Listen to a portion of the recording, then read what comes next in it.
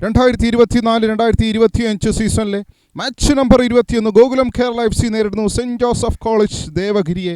Kerala FC കളിക്കുന്നത് സെന്റ് Joseph College ദേവഗിരിയുടെ ടച്ചോടുകൂടി ഈ മത്സരം തുടക്കമാവുകയാണ്. മഹാലക്ഷ്മിയിലേക്ക് നേരെ സിവിഷയുടെ ഒരു പാസ്സാണ്. മഹാലക്ഷ്മി വലത് വിങ്ങിൽ കൂടി മഹാലക്ഷ്മി ഒരു ഷോട്ട് അടിക്കാനുള്ള ശ്രമം ആൻഡ് ഗോൾ നമ്പർ 1.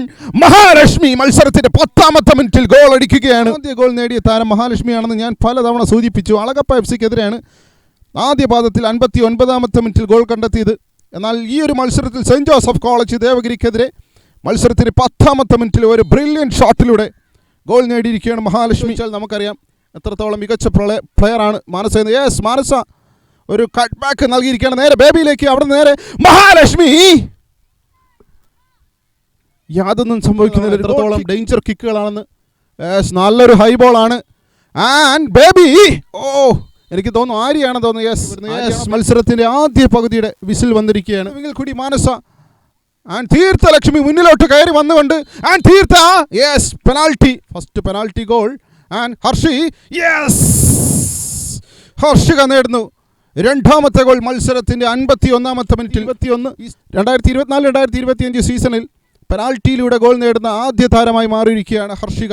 മുംബൈ സ്വദേശിയാണ്. വലത് വിങ്ങിൽ കൂടി മഹാലക്ഷ്മിയുടെ മുന്നേറ്റമാണ് കാണാൻ സാധിക്കുന്നത്. ഒരു ക്രോസ് ആണ്.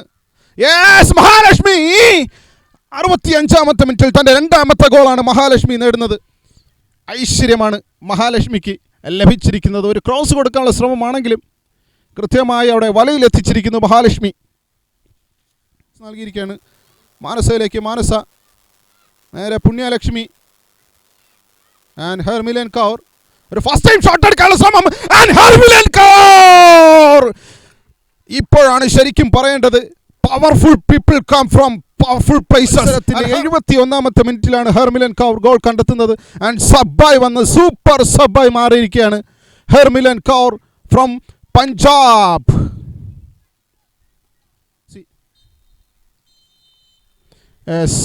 രണ്ടാം പകുതിയുടെ വിസിലും വന്നിരിക്കുന്നു. എതിരില്ലാത്ത 4 ഗോളുകൾക്ക് ഗോകുലം കേരള FC മത്സരം കൈപ്പിടിയിൽ ഒതുക്കിയിരിക്കുന്നു. And full time score Gokulam Kerala FC 4 and സെന്റ് ജോസഫ് കോളേജ് ദേവഗിരി 0.